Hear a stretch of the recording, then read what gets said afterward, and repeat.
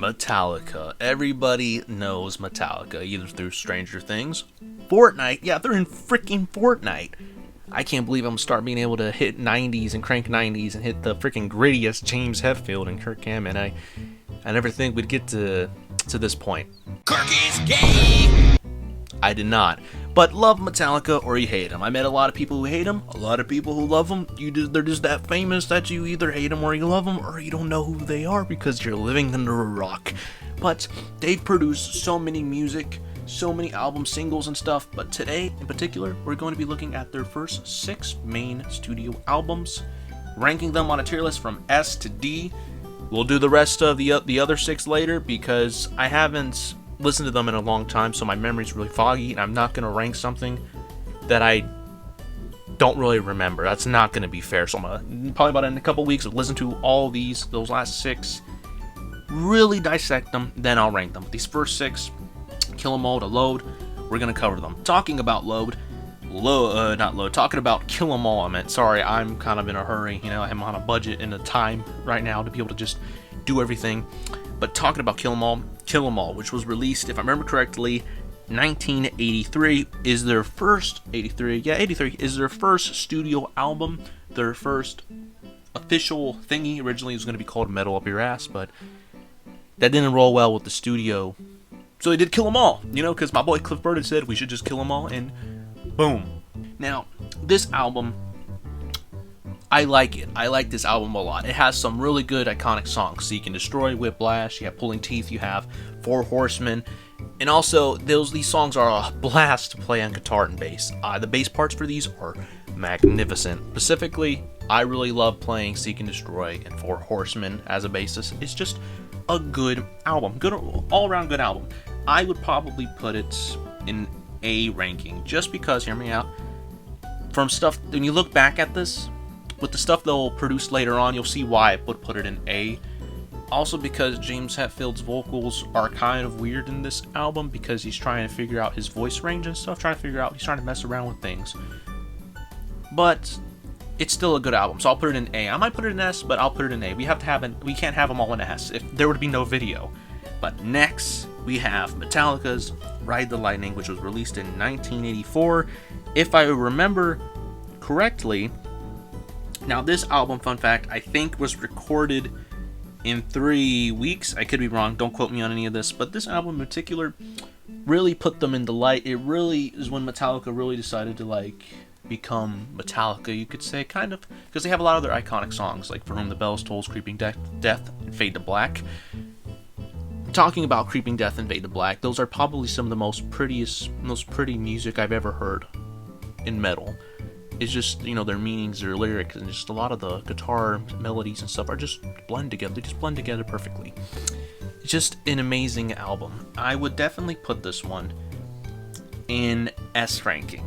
I don't know if if y'all agree with that, but I just do because it's a good album. It's freaking Ride the Lightning. It has Creeping Death. What else do you want, Now, next is personally one of my favorite albums. We have Metallica's Master of Puppets, which was released in 1986, I think. Now, this one, you all might know, if you know Metallica's history, is the last album to ever feature my homeboy Cliff Burton, who tragically died in a bus accident. Rest in peace, my king. Really, really, really sad and tragic they lost him. From what they said, he was an amazing person, and he was definitely a gifted musician. He carried Metallica in these first 3 albums. He's taught him, pretty sure he taught them music theory and stuff, man. But this album, even though it's his last one, he left a lot of, iconic songs and stuff. A lot of good ideas. And a lot of the ideas he wrote, Metallica still uses in their other albums, if I remember correctly. But this song in particular, the song in particular in this album, Orion, is one, I'm pretty sure he wrote a lot of it, I don't know if it was the whole thing, but it's one of Metallica's instrumentals. They don't really do instrumentals, but this song, it's a great song. It's easily a 10 out of 10 in my book. Orion is just a great song. I don't know how to explain it, but it's just amazing. If you haven't listened to Orion, stop the video right now and listen to it. It is amazing. But other than Orion, this album has a bunch of great songs. Has Master of Puppets, Battery, Leper Messiah, Sanitarium, The Thing That Should Not Be, is just a great album. It's probably perfect in my eyes. I love Metallica, Master of Puppets. This one's just great, and also a lot of people know this one because of Stranger Things, which I know a lot of people get hissy fits, they get really mad that people are like, it's the song from Stranger Things, at least they heard Peak, at least they heard Master of Puppets. I mean, I'm happy because it means more people know about the song, and maybe those people will listen to the full album. You can't be mad just because something got something's in another source of media that you don't like. It's, how do you think things gain popularity? Word of mouth, or people let it be in another project? Just people need to grow up with that. How does it feel? Sorry about that. I forgot about that. Do you want to answer that again?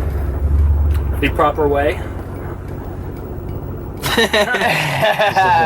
But next is Metallica's Injustice for All, which, if I remember correctly, released in 1988. Once again, quote me on these dates. Do not quote me. These dates could be wrong. But this is probably my favorite album Metallica's ever made. This one's just absolutely amazing. I own this one in Master of Puppets on vinyl because I personally love them. I need to get the others on vinyl too, but this one features a new dude, Jason Newsted, who came in to play bass after I did not say that. After Cliff Burton died.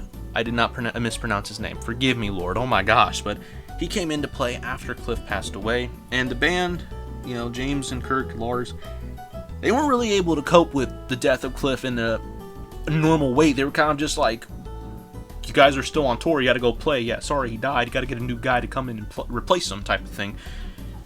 So they muted the bass on this album. That's the only thing I hate about this album, is the bass is muted. So practically Jason came in, made up a lot of cool parts just for it to get muted, which, that sucks. But other than that, this album is great. This album is absolutely amazing. In my opinion, it's the perfect Metallica album. I mean, don't quote me on that, it's my opinion, but this album just holds a special place in my heart. I love Injustice for All so much, I will die on the hill defending it. I mean, it has freaking one blackened, short as straw, like, it's in its album cover. Iconic, in my opinion. Now, coming now. Oh, I forgot to. My goofy y'all forgot to even rank it. This one's going in S tier. I would say probably Master of Puppets is still in front in my opinion. But next we have Metallica's self-titled album, or commonly known as the Black Album, came out in 1991. I think. Once again, don't quote me on that. This one easily tops all of them when it just comes to like its popularity. This one's probably Metallica's most popular album because it just really became mainstream, and everybody knows the Black Album, everybody knows the Little Snake, they all know Enter Sandman, Nothing Else Matters. It has some of their most iconic songs. Non-metal and thrash people like. A lot of normies like this album because it's good, and man, I love the Black Album. I grew up listening to this when I was a little boy in a little booster seat. My mom always played it. My mom loves this album, and I think it's good. I like this one. This one has, obviously, Enter Sandman, Sad But True. I would probably give this album, I would say, put it right there, S tier again. This one is another good album. Now, the next album we are going to be talking about is controversial, kind of, just because it's an experimental album. It's Load, which was released in 1985. Excuse me. These songs were more slowed down and relaxed, and you ask me, I appreciate it. I give Metallica the credit, and where credit is due, for having the balls to be able to be more experimental, and James actually really tried to experiment with different sounds and voices and ways of singing with this album, and it's just underrated. I like this album a lot. I would probably put it A tier, maybe, because it's, A tier, because it's good. I get what they were going with. I know a lot of people don't like it because they say it was too slow, but sometimes bands want to break from doing the same thing over and over again. They want to break and, they want something new. So that's why they went and did the Load album. And this one has, if I remember correctly, it has The House That Jack Built, King of Nothing. I think Outlaw by Torn is in this album. I'm not sure. This one also has Until It Sleeps, which is an amazing song. Great song. It's definitely one of Metallica's most underrated albums, in my opinion. And yeah, that's so far. I'm looking at the tier list, and I think so far,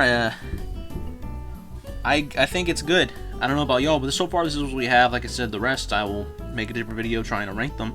But yeah, so far I think this is pretty decent ranking. I probably won't change anything else. I might move Kill 'Em All eventually. I might, man, I just love them all. I love all the albums. But yes, Master, Justice, The Ride of Lightning, the Black Album, Load, Kill 'Em All. Yeah, I think this is good for now. So this is what I have so far with this ranking. Obviously, in my opinion, in the end, every Metallica album is good, except for Saint Anger, you're dookie. But, I'm just joking. Saint Anger is Saint Anger. He's like that cousin that you don't want to play with because he, picks his nose, if you know what I mean. But every Metallica album has its place, and everybody has a different opinion. But yes, this is my ranking for the first 6 Metallica albums. Yes, sir.